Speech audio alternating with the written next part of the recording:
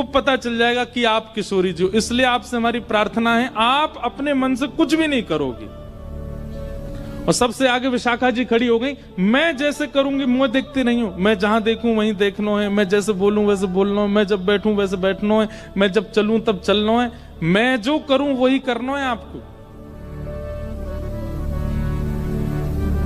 इतनी भोली हैं श्री जी, इतनी सीधी हैं, ठीक है कर लूंगी। प्रसन्न भी हैं सारी गोपियां, लेकिन चिंता भी हो रही है मन में कि कहीं श्याम सुंदर पहचान नहीं जाए कि कौन सी है किशोरी जी।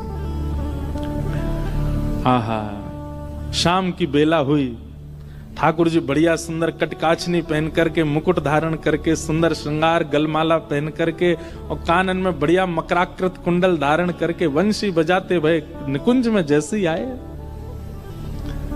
निकुंज में प्रवेश करके जैसे नेत्र खोल करके देखे, आज तो भैया 9 राधा रानी खड़ी हैं सामने, अष्ट सखी और किशोरी जी।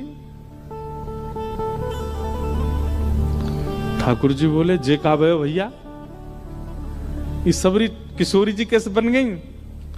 अब सामने 9 की 9 एक साथ बोल रही हैं, आओ श्याम सुंदर स्वागत है। अब 9 को एक ही स्वर निकलो, भैया जिकाए गो ये इतने सारे कैसे है गए? अब एक कोई बोल जाएगा और बाकी शांत रहे तो ठाकुर जी को पता चल जाएगी ज्यादा चपड़ चपड़ बोल रही है जो विशाखा है, तो इसलिए सब एक साथ बोल रही हैं, हे श्याम सुंदर। आप कहते हैं कि आपका और किशोरी जी का बालपन का संबंध है, आप बचपन से ही एक साथ हो। ठाकुर जी बचपन ते नहीं जन्मन ते संग हैं, हमेशा ते संग है। तो बोलो ठीक है, अपने आप उंगली रख करके बताओ हम में से किशोरी कौन सी है, हम में से राधा रानी कौन सी है?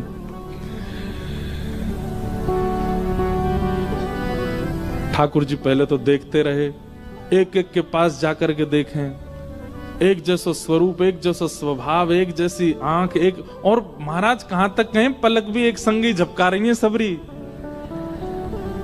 ठाकुर जी को आज नानी याद आ गई अपने, बोले कि भैया कौन सी किशोरी जी।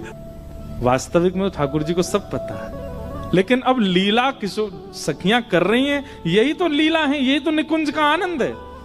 तो ठाकुर जी भी उसमें ईश्वरत्व प्रकट नहीं होने देते, लीला है तो लीला ही चलने देंगे।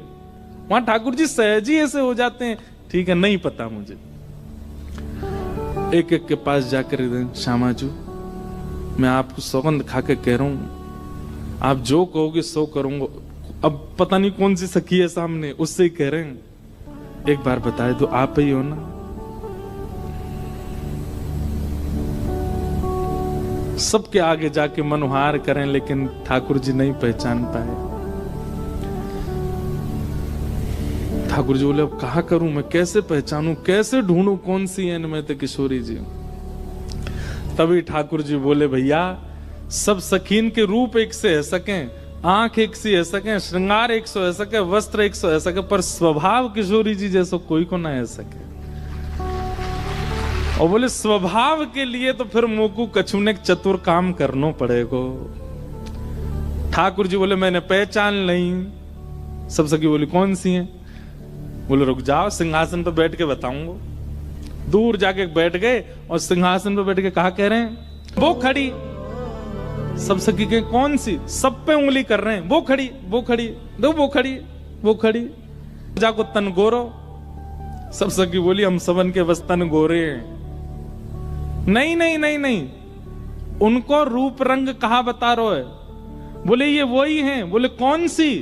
अरे वही जो तुम सबन के बीच में खड़ी हैं। बोले कौन सी? बोले जाने। कहा मैं जब छोटो हतो तब इनने ही मोकू सिखायो। बोले कहा सिखायो?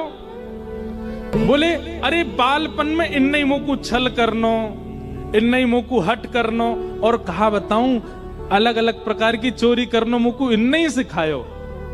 जैसे ही कही ठाकुर जी ने बालापन में इन्हें ही सिखायो छल बल बहुविधि चोरी।